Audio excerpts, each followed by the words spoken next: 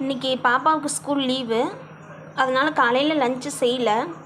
காலையில் தோசை சுட்டு பிரேக்ஃபாஸ்ட்டு முடிச்சுக்கிட்டோம். இப்போ மத்தியானம் லஞ்சுக்கு நேற்று கொள்ளு பருப்பு ஊற வச்சுருந்தேன். சரி மத்தியானம் கொள்ளு ரசம் வச்சு கொள்ளு சட்னி ஆட்டிடலாம் அப்படின்னு சொல்லிட்டு அது இப்போ வேக வைக்க போகிறேன். சாப்பாட்டுக்கு அரிசி ஊற வச்சுட்டேன். எங்கள் ஊரில் பார்த்திங்கன்னா வெள்ளிக்கிழமை சந்தை தான். நேற்று மார்க்கெட் போனோம், அப்போ கீரை வாங்கிட்டு வந்தேன். அதனால் மத்தியானம் கீரை பொரியல். வாங்க ரெடி பண்ணலாம்.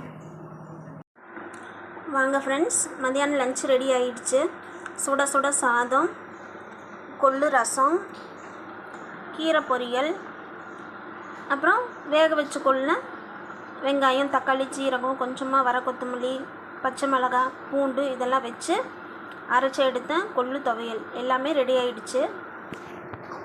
வாங்க சாப்பிட்லாம் ஃப்ரெண்ட்ஸ். தேங்க்யூ.